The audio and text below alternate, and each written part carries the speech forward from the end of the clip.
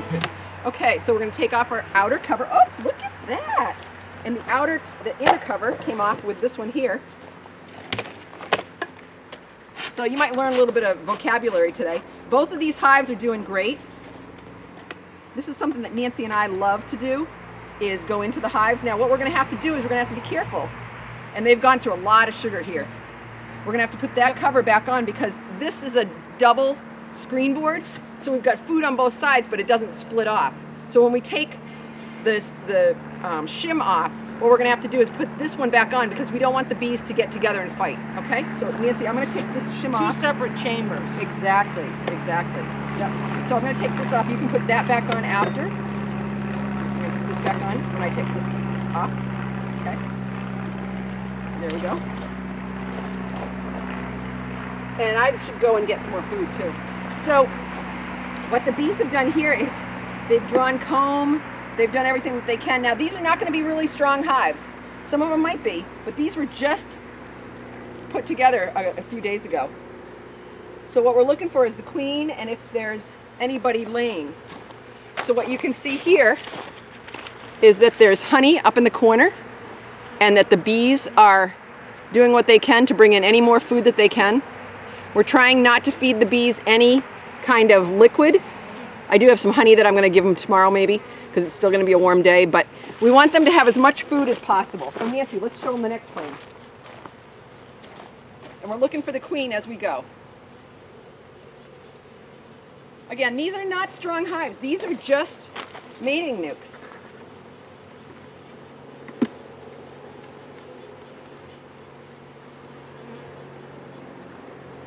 Do you see any eggs? I don't see any eggs. I have a lot of uncapped nectar. I also have some capped brood, which suggests that there is a queen, and here she is. Oh, there you go. Okay, let's show them. So we put it right up at the camera, and you can look in the little. So these guys are doing what they can to try to make it through the winter. Now these guys are either Carniolans or Russians, so they don't need a large cluster.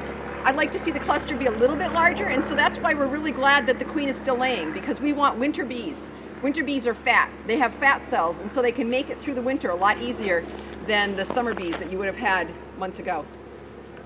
What do you think, Nance? I'm just pointing out the queen. She's not marked. And so that means that she's probably a younger queen because we marked most of our queens that were older this year. Awesome. Okay, so we'll finish up with this hive and we'll go into the next one. Do you see her? No. Come on. Oh, all right. Oh, she's beautiful. She's black. She's a tiger queen. She's a tiger. She's a tiger mom. Tiger mom. Give me some space. Give me some space, man. Okay. All right, so we're going to close this side up pretty much. We're just going to put this cover on. We want to put the inner cover on like this, just for now. And there's a yellow jacket. I didn't think that there'd be any more yellow jackets around, did you? No, I didn't. Gosh. Now there aren't. I hope. Okay, this one looks a little bit better. So we're just having fun here. I don't know about you guys at home, but me and Nancy, I'm Jody Turner and this is Nancy Fry, and we are just having fun. So not much going on there. That's okay though. And I am going to feed these guys more because I want them to have every bit of food that they can have. Oh, this is nice and heavy. So I look at the frame with my back towards the sun so that I can see the nice shiny bees. There's a lot of nectar on that one. Let's see, I don't see any queen here. There probably isn't going to be one because there's lots of nectar here, but you can see some pollen. I don't know if you can see it in the camera there, but we're going to look at the next frame. That's probably got the queen on it. Nancy's usually pretty good at finding the queen. I found her. Of course, she found the queen. Bro, go show the people at home. This one's nice and heavy too, so they've got a couple of really nice heavy frames. So they've got some food for right now, but they are, as you can see, they got some honey there. They're doing what they can to get everything ready for winter. Another unmarked queen, another tiger mom. Yeah, beautiful.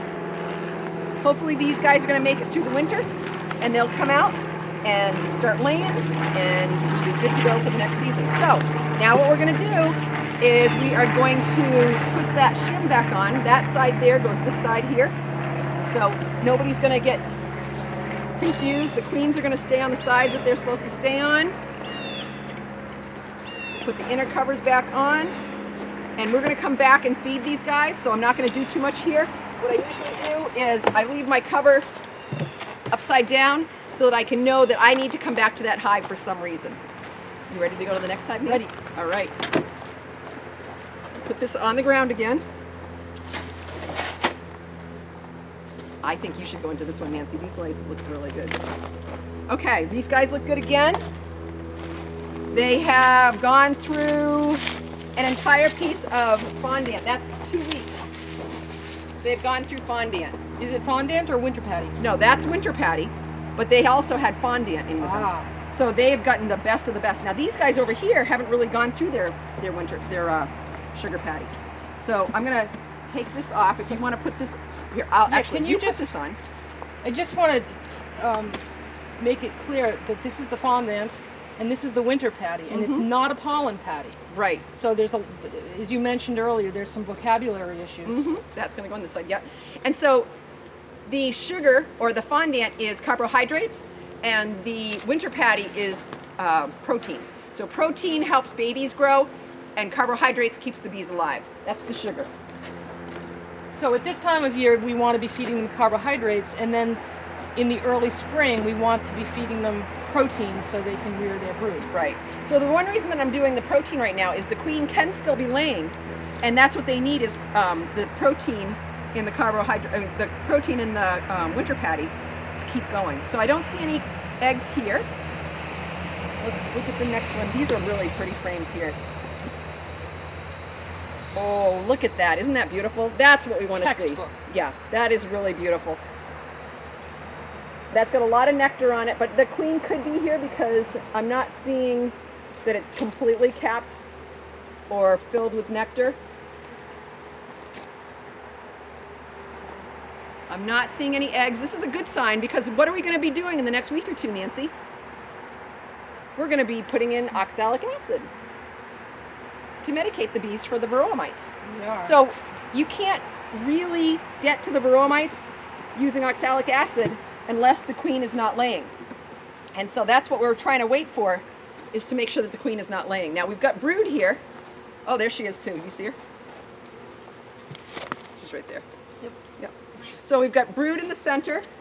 She's butterscotch. Yes, she is. Yeah, so she is right there.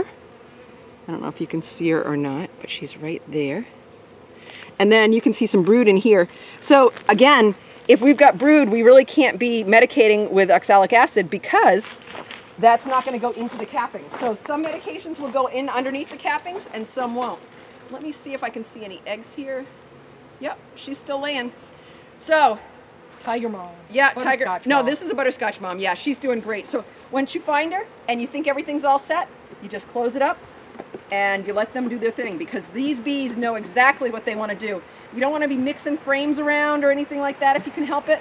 You just want to make sure that the bees have everything that they need. So I'm going to put the inner cover on here so we can close this side off, and we'll go into this other side. Nancy, do you want to go into this one? Sure. Okay. Okay. So Nancy's going to go into this hive. You know, this to me and Nancy is just fun. We've kind of gotten through our season, and so we're already looking forward to next year. So we're trying to figure out, like, what are we going to do next year? Are we going to keep the same plan? Hopefully we'll have a little bit more rain next year because we had a terrible year this year. That's one reason that we're feeding so many of the bees right now. But if these guys can make it through the winter, and these guys are just the smallest of our hives. These are just mating nukes. But if these guys can make it through the winter, they'll be doing just fine. Did you find her again? Yep, she's right here. Oh yeah, And we have another some black brood. one. Yeah. I'm All stuck to it. So Nancy was stuck to the frame. That's propolis. So it's something that bees have. So anyway, she is right there. And she's walking around, and you can see there's some brood. So brood is like eggshells. It's like the eggs are underneath the capping, which is the brood area, and then they'll emerge in like 21 days because these are all going to be worker bees. These are going to be fat bees. They're winter bees, and our hope is that they have enough protein and vitamins and minerals and everything that they need so that they can make it through the winter. Computer. Okay, so we are recording. So today is, let's see, it is October 24th, 2020. We are in the midst of COVID. Yahoo! It's made us make a lot of choices, but you know what? This is pretty cool because we're all beekeepers and we all have something that we can do on our own that makes us feel great and that we can share with other people in the area. So today we have beekeepers from New Hampshire and Vermont. Anybody else? I don't think there's anybody else from any other state. But you guys are all of different levels. And I think what we're going to do today is we're just going to talk about like what we do in my regular classes. We usually talk about who we are, what we have, and any questions that we have. And then we go on from there and we can all brainstorm together and give other suggestions. Like somebody was asking about oxalic acid. And I said, because I know Nancy knows a lot about oxalic acid. She uses it all the time. And she uses other medications as well. And what I want to hear is what everybody else has been doing too, because I have been a treatment-free beekeeper for years. Last year, I'm going to admit this, I lost almost all my bees. Why? Why did I, after 20 years, lose all my bees? We thought about it. I talked with the state inspector. What we think it was is Varroa viruses. Things that got into the hive, things that we can't see actually, because my Varroa counts were very low. And how does that happen in 8 different yards? And they all died. Like there was not just one yard that survived. Like I had like 2 hives survive. Why is that? So these are the kinds of things that we're going to be talking about today, because I want to hear from all of you guys. Like, what has your experience been this year? And we can talk about fall, we can talk about winter, we can talk about spring, and we're going to be doing more of these. So what I have is I have a plan to do one a month. And we can have, I would really like to keep it down to 25 people if we can. So that's why I said there was a limit, but honestly, we can have 100 people. But it makes it really hard to communicate when we have that many people. So that's why I kind of asked, you know, this many people to be here. Okay, so if you guys don't mind, I would like to go around and I will say who I see because I have you guys in my certain order. And then we can all kind of give an introduction and then we can move on from there if you guys are okay with that. We good? Sure. Okay, all right. I'm going to start with Derek, and we may have some more people coming in. I'm just going to keep an eye on that. But let me know if I miss anybody as we're going along. Okay, so Derek, if you can just tell us a little bit about what your experience level is, where you live. I don't need to know your specific address, but approximately where you live and what your experience has been for this year. And then after we've gone through the reviews of who we have here, then we can talk about what we see as obstacles or questions or problems. Okay, so you guys all good with that? Okay, so Derek, why don't you start? Okay, I'm Derek Fritz. I live in Francistown. I'm a brand new beekeeper as of this year. I have 2 hives, and it's been a welcome distraction from everything else that's going on in the world right now to be able to sit out there at my bench and watch my bees go in and out. And it's been a very rewarding experience so far. I didn't make a lot of honey during the summer. This fall has been a little bit better. Certainly I'm not going to harvest any, and I hope I'm going to have to feed my bees this winter. But no, I've had a good experience and I've been so happy with the whole deal, and I'm looking forward to going ahead. Excellent, excellent. And Derek, you are a veterinarian. I am a veterinarian. Right. Yep. And so Derek was asking me about learning more about bees and being able to be a person that us as beekeepers can go to for prescriptions for bees. So Derek, do you want to just tell us a little bit about where you're at for that? Well, I'm still kind of early in the process of learning. I want to learn as much as I can. But you've been a veterinarian for a long time. I've been a veterinarian for 35 years. Yes. A small animal veterinarian. And we did these are really, really small animals. Not that, yeah, these are a little, yeah. I did do some large animal veterinary work early in my career. So I have had some experience with antibiotics and getting into the food chain. And it's very, very important that you have to be very judicious how you prescribe antibiotics for any animal, but especially the ones that are in the food chain. In my understanding is in 2017, the United States government passed a rule that beekeepers can't just go to the feed store and get antibiotics now for their bees. It's controlled, and they need what they call a veterinary feed directive.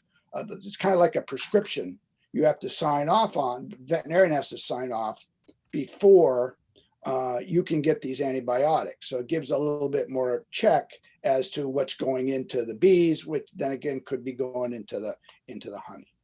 Right. As an early beekeeper, I kind of sometimes feel like I'm preaching to the choir here about about diseases and things like that. I have a lot to learn, but I'm interested in learning more and trying to be helpful wherever I can be. Right. And I think we're all trying to do the right thing. And as you guys all know, we as beekeepers are going to disagree. That doesn't mean that we're wrong.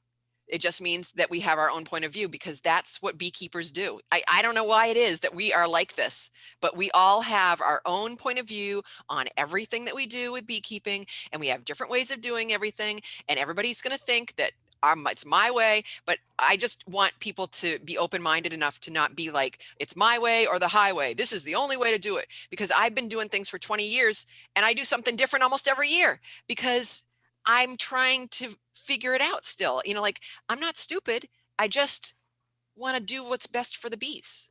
So my name is Jody Turner, and I've been a beekeeper for 20 years. I have about 8 yards, and I have about between 35 and 50 hives at any time. And I've started raising queens.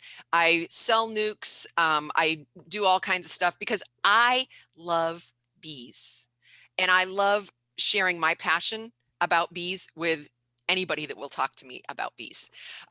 My goal is always to educate and to have people make good decisions, because I don't want people being told that your decision is wrong, especially if it's not completely wrong. If you're going to kill your bees or you're going to do something that is really detrimental, I can kind of understand it. But I think that we all have to be respectful of each other and do what we feel is correct. You're going to talk with a lot of beekeepers that have different attitudes.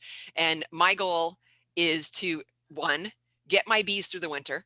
Second goal has always been to try to raise nukes so that I can sell nukes to other people in the area that are locally raised. And that's what I want all of you guys to do too, because then we're breeding good stock and keeping it in the area. So there's a lot of different things. I've got 3, 4, 5, and 6. I can go on forever on all of the different things that I think are important, but I'm going to continue on and we're going to go to the next person.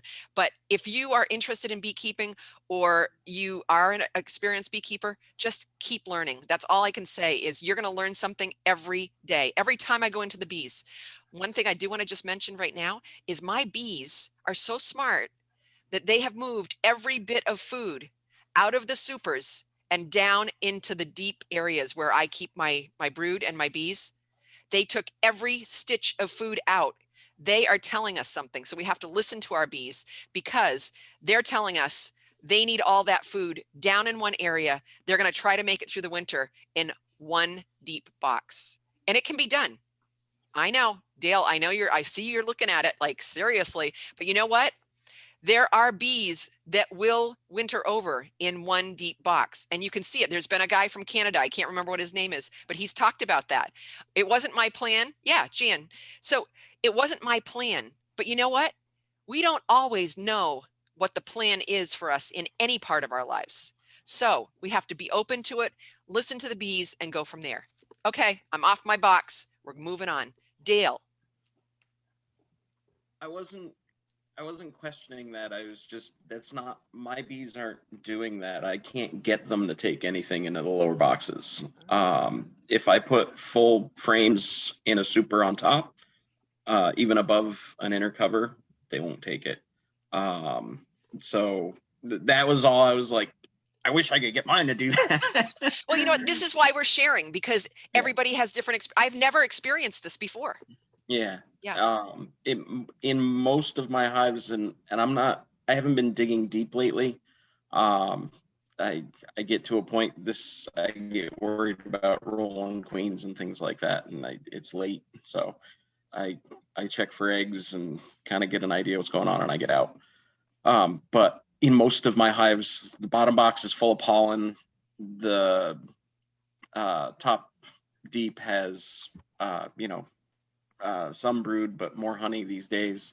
And then I'm gonna overwinter with a super. But your queens are still laying.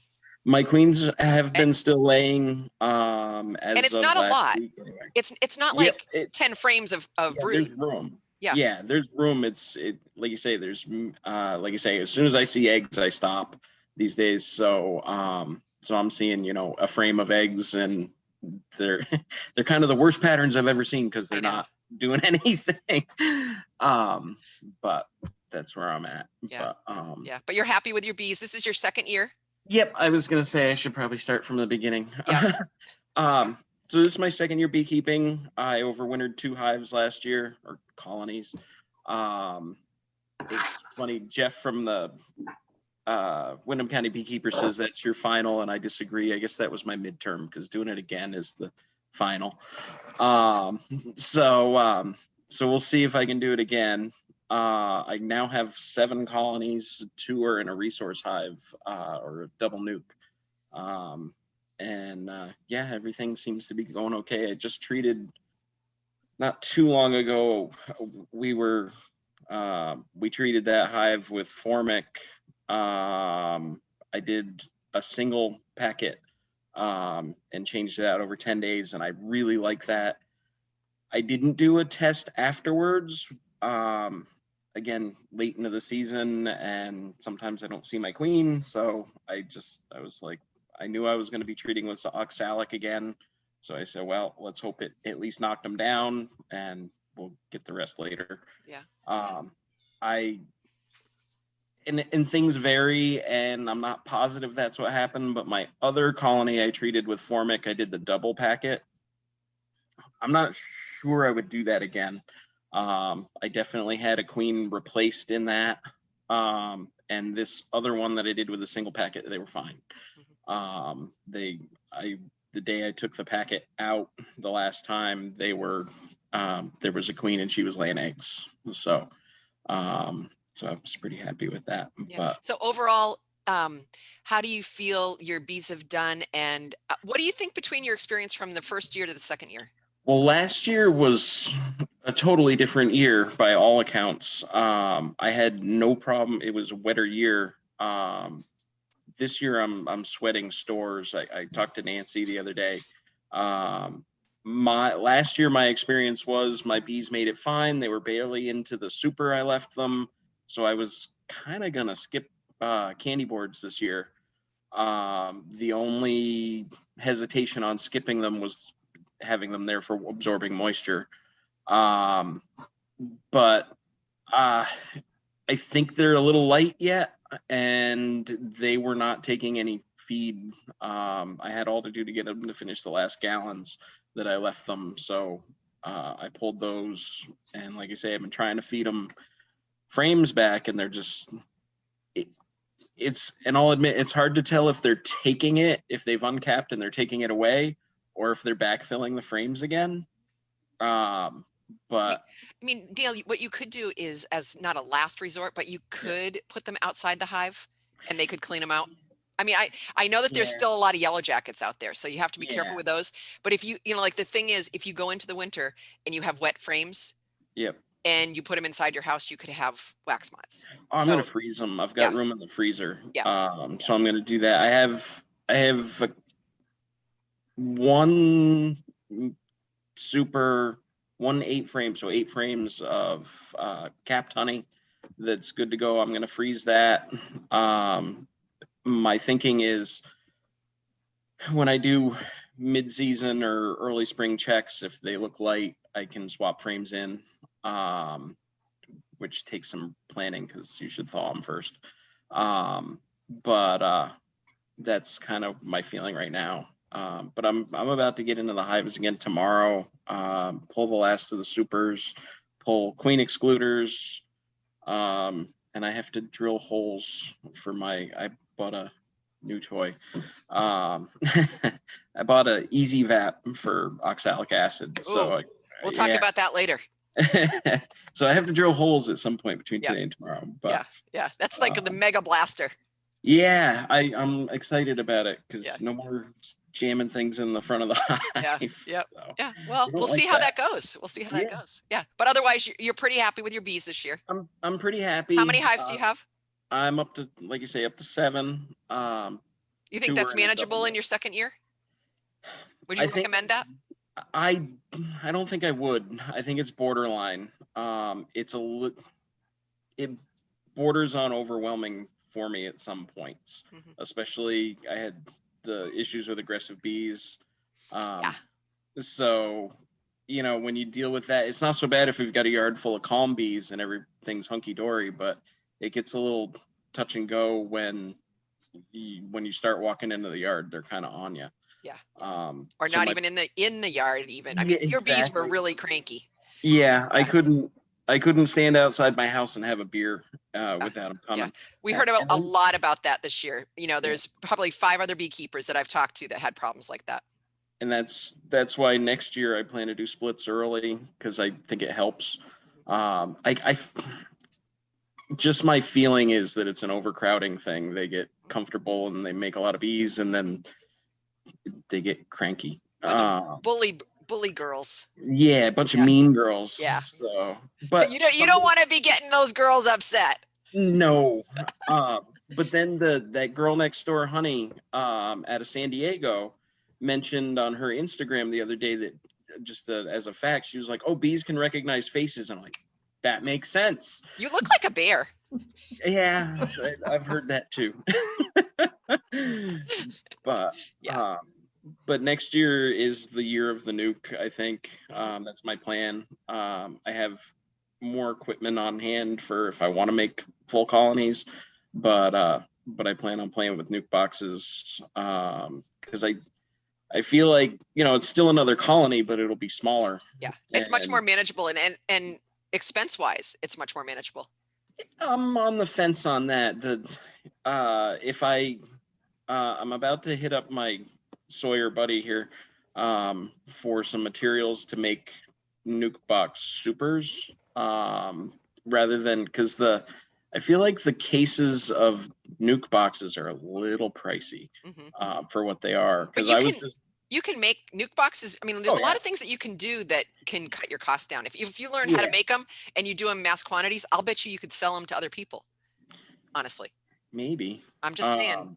The deeps are cost. I dabbled with building my own deeps in the beginning. Yeah. And I found it very cost prohibitive because you got to buy a 1x12 and an 8-foot 1x12 is $25, and you only get. I tried to work the math out to find out how many you had to make it cost effective. Yeah. I didn't get there. Yeah. All right. So anyway, long story short, Dale wasn't even going to be a beekeeper last year. He was going to just watch, and now he's got 7 hives. So I'm just saying. That's what happens when you order bees planning on losing bees. Right. That's right. That's right. But how many hives did you have last year? You had 3 hives last year? 2 last year. 2 hives. Okay, 2 hives. I wanted 3, and I could only scrape up the cash for 2. Yeah. So well, you got to be careful what you wish for, right? Exactly. So, yeah. Like you say, I'm sweating. We'll see how it goes. I'm confident, but cautiously confident. We have to always be cautious and humble. Being humble is really important as a beekeeper too. So Dale, if you're all set, I'm going to move on. Go ahead. Awesome. Donna, Nancy. Hi, it says I'm Donna, but I'm Nancy. You can change that, Yeah, no, I'm not going to mess with this. Okay. I'm just using this so I can be out in the barn and out of everyone's way and spend a couple of hours elsewhere. I live in Brattleboro, Vermont, and this is I think it's my 8th year keeping bees, and currently running 10 hives, 6 10 frames, 11 hives, 6 10 frames, 4 8 frames, and a long Langstroth. I also raise queens over the summer. This is my first year raising queens. I sell nukes. Last year I sold through the Monadnock Beekeepers, and this year I think I'm going to partner with Jody so that we can sell people nukes that are coming from overwintered stock. And good stock. And good stock. I have multiple generations of overwintered local stock as the queens in all of my hives. I can't remember the last time I bought bees. So basically what I do is I make bees and I try to make good beekeepers. I run the Brattleboro Area Beekeepers Guild. I support anyone and everyone in the area who asks for help to the best of my ability. I recently purchased, Jody's clapping. I recently purchased 5 2-chamber Auger hives and 2 7-frame nukes. So I'm going to be building out a portion of the run-in in my barn to be an Auger bee house. And you guys all know what Auger bee houses are? Okay, these are Slovenian hives. You have it in a shed and you work the bees from the inside of the building and you pull the frames out one at a time. No stacking, no lifting heavy stuff. Nancy, go ahead. That's it. That's who I am and what I do. Awesome. Thank you, Nancy. All right, Kathy, Logan. I'm in Guilford, Vermont, and I've been keeping bees probably about 5-6 years now. 100% self-taught until I met Nancy 2 years ago, I think now.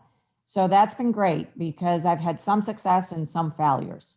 So this year, I had queen issues. Just can't tell you what was going on, but I had queen issues. So Nancy came and we blended some hives. With the first time I used the paper method, and she taught me how to do that. And so right now I'm running 3 hives going into the winter. A little nervous, I have to say. I feel very light. I just didn't have a good year. Nothing seemed to go smoothly like other years. Other years I would just go along and I knew what was going on and I had some confidence. And this year I've lost my confidence and I'm going in light. The last couple of years I did what you're suggesting, and I went down to 1 deep box over the winter. So knowing how light I am, I think I'll pick and choose any honey I have and put it in 1 deep and probably shut them down through the winter going into 1 deep and hope, and with the candy board and everything else that I do, and hope that we can get through the winter. But I am going in nervous this year. Yeah, I mean, I think we all have to feed this year, or at least anticipate that we need to feed. I've already started feeding mine just as a precaution, because if we don't do it, what have we, I mean, like, it's better to do it and be preventive than to come up in the end and say, hey, I lost my bees because I didn't feed. So we're talking about feeding too, we're not talking about feeding sugar water, or even 2-to-1 anything. What I've started feeding already is fondant, and I'm giving them pollen patties, because in my point of view, I may be wrong, but I want my bees to have everything that they need when they get started laying in January. And it doesn't just happen overnight. So we have to prepare, or they have to prepare themselves for what's to come when they start laying again. So yeah, so Kathy, I think you did all the right things. I mean, we've been in a drought all season, except for some people up north. They've gotten a lot of rain and now they're getting snow, but you know, we can only do what we can do. And there's environmental issues, there's the weather, there's a lot going on right now. So, you know, as beekeepers, we struggle, but we can only do what we can do. So Kathy, do you have anything else that you wanted to add at this point? No, I'm glad that you're hosting this. What I'm looking to gain is 1, what everybody does, 2, close down their hives to make sure I don't miss anything. It's just kind of a friendly reminder to go through the steps and pick other people's brains. And then the other thing that I really need to learn, which is what do we do with our frames through Which the winter? frames? Which frames though? Because there's frames that have nectar on them, there's frames that have nothing on them, and there's frames that have honey on them.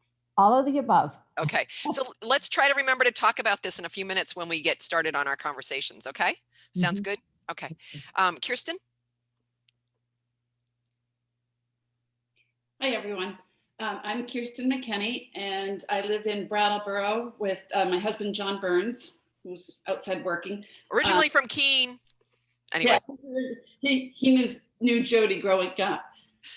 So about 4 years ago, we took Jody's beginning beekeepers class. We're very timid, always have been, always like people telling us what to do, but neither Nancy or Jody will do that for us.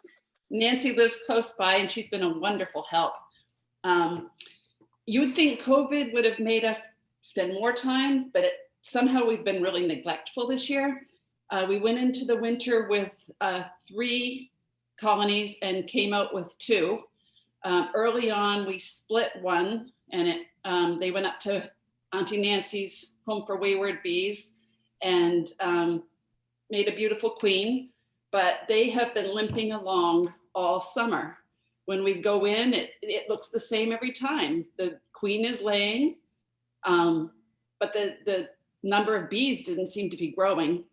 I wonder, just wondering if you had Nosema cerana, or I mean, I don't know, Jan, we can talk about this later, but when a hive does that, there's something that's not right, but we'll see. Yeah. So John added some bees and hoped that would work. We haven't been in there lately because one of our hives, the one that's made it through most of the winters, it just exploded, kind of like what Dale was saying. And instead of being good beekeepers, we just kept adding boxes. So that's what you got to do. Really, really, they weren't aggressive in our yard or anything, but that high pitched get out of here every time we went in. So John had a friend of his, somebody I don't really know very well, came down and they just suited up and broke it down. So we haven't been back in since then. We did not treat, and I think it's too late now. So not too late. It isn't? Okay. Well, there's always oxalic acid, but yeah. I would love to hear more about that. What else do I want to say? We've never done candy boards, so I would really like to learn about that. In the past, we've wintered with the bee cozies, and there seemed to be moisture involved. Last year we used tar paper and that seemed to work a little better. And pollen patties, I'd like to learn more about that. And I just wanted to say it was the 14th of October. It was a day, I'm a teacher, so it was a remote day. And the bees it was just beautiful. I have a monkshood plant out back and they were just, I've never seen so many bees on one flower. They were just crazy and they're still looking for the sedum. So anyway, I'm here to learn more. Yeah, I don't know about you guys, but everything is dead in my yard. Pretty much. The asters are done. Everything is dead. They are looking for anything that they can find. They're going into my chicken food. I mean, this is not abnormal, but they're going into everything. I'm sure we're going to get calls now with people's hummingbird feeders because this always happens with hummingbirds because anything that they can find sugar for, they're going to find. And they're still working it. I don't know where they're finding stuff, but they are looking for everything that they can find. So yeah, so we'll have to see how things go. And yeah, we're going to talk about oxalic acid and we should talk about winter feeding and all of that too when we're talking. Okay, Pilar, it's your chance.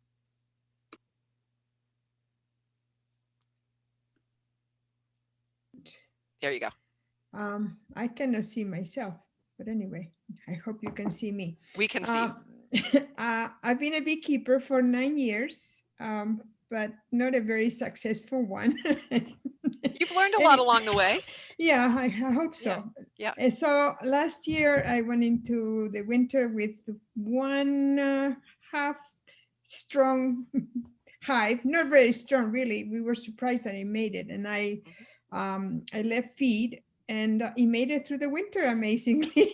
But tell them why you didn't know things were going to work out in the winter, because where were you? I was in Spain, and and I couldn't come back to the States because of COVID. And so I called Jody, and she came to the rescue, and she started splitting. And I was in Spain. What are you doing? Now you have 3 hives. What? Anyway, out of the 3, 1 decided to just lay drones and have laying workers. And so that was an issue, but Jody helped me with that. We got rid of the drones, and we were hoping they would make a queen, but they didn't. So what I did, I used the newspaper method, and I merged it, recombined with another hive, another colony, and that one seems to be doing okay. I mean, it's not outstanding, but it has been has quite a number of bees. My bees never seem to lay on the sides of the frames. It's just in the middle, there's a cluster, and that's where they lay, but the outside frames are usually empty. That one is on 3 mediums. And it seemed like everything is on the top medium, basically a little bit on the middle medium, but nothing in the bottom. I've been feeding them since June, nonstop, and they're still taking, I give them a quart of 2-to-1 syrup every 4 days or so, and they clean it right up. I gave him, for the first time this year, I gave him pollen patties, and they gone through it like crazy, especially the stronger hive, already gone through 2 patties. And I don't know whether I should put another one, because they're pretty much done with the second one. And the other one is doing okay. I mean, it's not as strong as this is what I call the third split. It's doing okay, but it's not as strong. I did test for mites a couple times, and the last time was in August. And I used this online thing, what is it? With my phone, I took a picture and I sent it away. And one of them had very, like 0.9 mites, and the other one 1.3. So I didn't treat because, but right now, because we're going into the winter, I want to make sure that I would like to protect them. And I would like to try to do an oxalic acid for the first time. I've never done it before, and I keep reading about it, and they say you should have a buddy to kind of, even though I know the steps and what to do, but I don't feel comfortable doing it all by myself. Yeah. So I would like to have somebody that, I could partner with and do it together. And then I would be happy to help that person with her or his own procedure. Right. So that's where I'm at. Yeah, I'm hoping that my bees will make it through the winter. That's what all of our hope is. Yeah, I know. It's been a strange summer, but it's funny because when Pilar's bees, I was amazed when I saw how things were going when I went over to check her bees out. And I was like, wow, well, we're going to split because that's what we do in the spring. And then the bees just didn't listen to what I was asking them to do. And then we tried and tried. And so I'm glad that you're where you're at.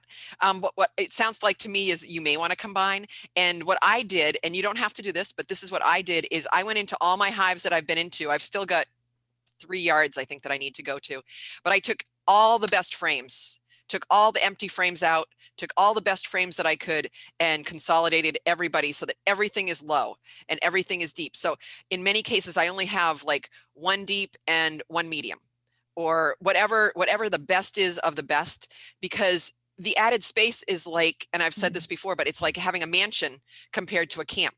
If you have a camp, you can keep that thing warm with 1 tiny wood stove. But if you have a mansion, you've got to have another wood stove on the other side, or you've got to have more food, or you've got to have all this stuff. So I would just encourage everybody to consolidate everything down as far as you can to make it as easy on your bees as you can. That's just what I'm suggesting. And tomorrow's supposed to be a sunny day. So we'll see. Cold.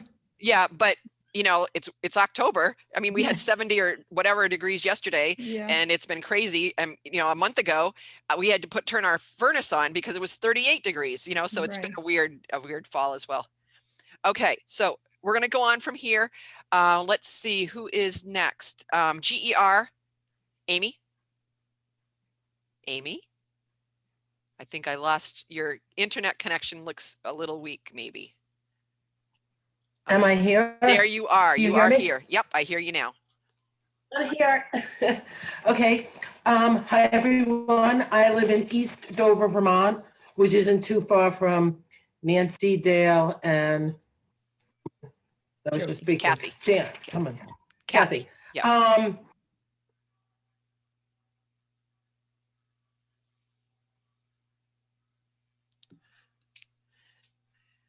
I think her connection's going to be a little With tough the here. Langstroth hive last year. Okay, can you hear me? We can, but it's You may cutting in and wanna out. stop her video and then her audio will come in better. Okay, so Huh? we'll take Okay. her I, there. Is that better? okay, are we better? Are we better, guys? Yes, no? There. Try that now. Oh, you stopped me. I know Okay. we can hear you. We just can't see you, and that might help us, is what Jan said. Okay, great. Second year, first year, I started off with a Langstroth hive, and it did really, really well. My bees did great. So much so that I had to do a split after in the spring. And right after, and I was changing over. I changed from Langstroth to Auger hives. And I got 3 hives, and I installed them, and I took my Langstroth with some bees and gave it to someone else. And the next day, I actually had a swarm come to my brand new bee house within 24 hours, which was really strange. Luckily, smartest thing I ever did, I listened.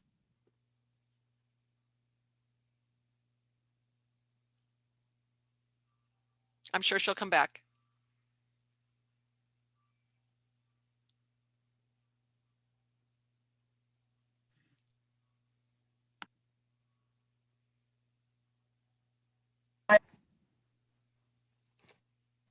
Hello? Amy, yep. You're going to have to repeat what you just said in the last minute or two. Okay. The smartest Okay, thing, switch the to smartest IJ thing that you hives. ever did is what you said. Oh, smartest thing I ever did was purchase a nuke. And I had a nuke on hand to capture the swarm. And as it turned out, my 3 hives, I purchased 2 nukes from Jody to fill out my other 2 hives. And I ended up with an extra queen. And so I took that queen and put it in my nuke, and I created a nuke. I just went with my gut and learned from Jody and asked her a lot of questions.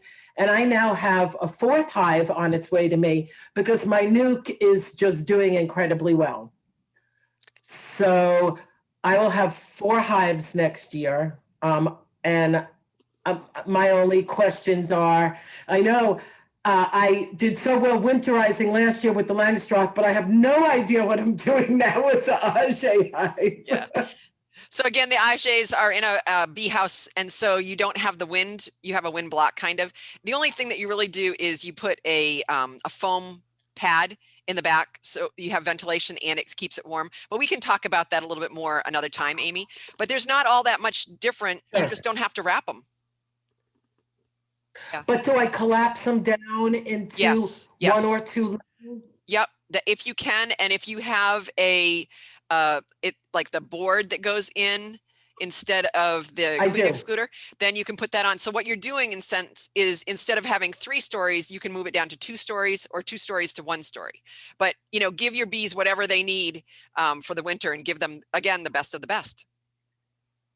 Right. Yeah. And then I just, we'll need to know, and I can do this separately.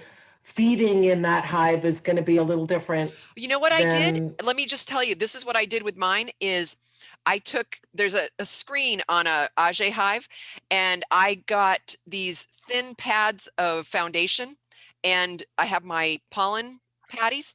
I opened up the screen and just slid it down in front of the feeder, and it fit in just right.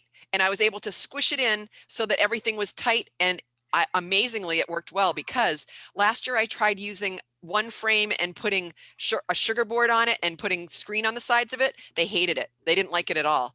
And so I was trying to figure out how I was going to feed my bees too. And so what I did is, again, I just opened up the screen a little bit after I got it ready to have the frames all fit, slid in the candy, closed it up, and voila. It was just like I was feeding them, only I'm feeding them solid candy instead of sugar. Oh, okay. Yeah, so try that. All Yeah. right. Okay. You good? I'm great. All right. Awesome. So I'm going to put your video back on and Okay. ask to start video. I guess you can put your video back on. And Peggy, we're going to talk with you next. Okay. Thank you. Hey, I'm in Peterborough, New Hampshire. I'm Peggy Van Valkenburg, and this is my 3rd year of keeping bees. Let's see. I've had really happy bees and really an easy time of it. But I only have 1 hive. At one time, I tried to do. I don't know how I ended up. I had 2, but in the end, oh, I remember it was a spring fail. Everything just sort of collapsed, and so I took out that 2nd hive. I got a lot of honey last year, and I was super proud of that and very happy, and I was really looking forward to that. But this summer, sort of like Kirsten said, I don't know what happened. I just barely got out there. But the bees, every time I just would go check on them, everybody seemed happy. There was a lot of bees. So I make assumptions a lot, and this is, if I have a lot of happy bees coming and going, I just make an assumption that, oh, I have a queen.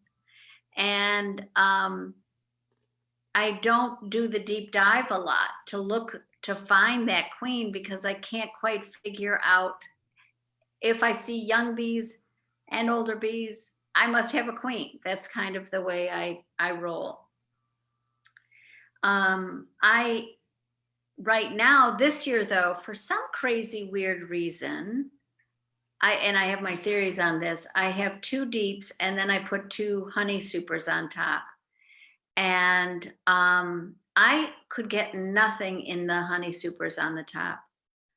And I'm not quite sure how to explain that, other than the frames were plastic, but they were waxed plastic, and I could see and observe some build out on those frames, but they just never started to make honey up in the top honey supers. So I have just gone down. I work a lot with Melissa Stevenson, and we went in and, I was anticipating pulling out just frame after frame of honey, and there was zip, not a nothing. So I took those down. So now, then we did do a deep dive. All the frames are good and laden with everything you need, so there's some pollen, lots of honey, very heavy, lots of bees. And I'm rolling into the winter. So that's okay. This year I didn't get bees or honey. That's all right. I am really interested. I did not treat. I actually carried down thinking I had Formic Pro with me, got down to opened up the box. There was none. I don't know where that sort of happens, so I obviously used them all up at one point.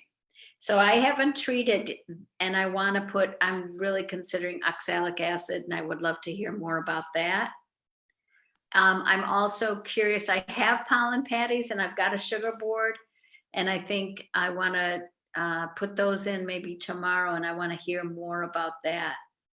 And then, I'm kind of, shouldn't I go for another box? I'm kind of at that point where maybe I'll do, Dale, I mean, how many do you have? Thousands? You have so many, and I'm just teetering along with a 1, but thinking maybe 2 would be fun. I am very nervous about angry bees. I don't really want to deal with that. I don't do terrifically well with a bee when I'm stung. So I just want to hear your ideas about that. Yeah. And then I'm really curious about this phone app for testing mites that I heard Pilar Mann mention.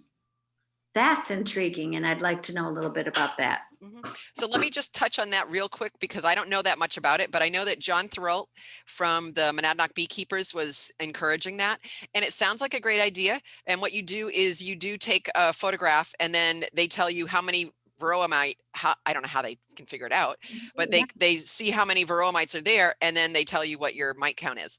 You can also do your own mite test as well, but you know, the phone thing is there. So maybe we can get some more information on that and pass that along to you. But the Monadnock Beekeepers, I believe, is www.monadnockbeekeepers.com. So you could go to that website, and I'm sure that they have a contact us page, and ask him a little bit more about that as well. Nancy is a great asset for you folks that live in the Brattleboro, Guilford area of Vermont. I can help people in Keene. Jan can help people up north. And this is why, like, we feel like, yes, we have a lot of clubs in Vermont and New Hampshire, but do we have to have a club in order to communicate? You know, like, that's why these messages and these chats are really great, because we can share things with mutual friends that all have different ideas, because this is what we've been doing. And we've got another person that just came in, Karen. I love Karen too. You guys get all of these great people in our lives that have information that we can all share. Karen was my lifesaver this year. Karen heard that I lost bees, and I thought, well, what am I going to do? I'm going to buy bees this year. No, Karen felt sorry for me. And she decided that her bees needed to be split. And Karen, you can take yourself off mute if you could. And she took her bees off. She took her bees and decided they needed splits. So what did she do? She contacted me and she said, Jody, I need to split my bees. Would you like to come up and get some? And I was like, oh my God, this God has reigned over me through Karen. And so I got my butt in gear. I went and I bought frames, and I bought foundation, and I wired every single frame as to the best that I could. I don't even wire my own frames. I wired all my frames. I brought up, God, 6, 8 nuke boxes, whatever I could find of nuke boxes. And we had talked about it, and I can't remember how many it was. I brought up nuke boxes with brand new, fresh foundation in them. We had so much fun. We went into her yard and we split everything. We looked at everything. We found the queen in every hive as much as we could. And I came home with Kirk Webster and Troy Hall bees. Did I score? I won the lottery. And Karen was my ticket.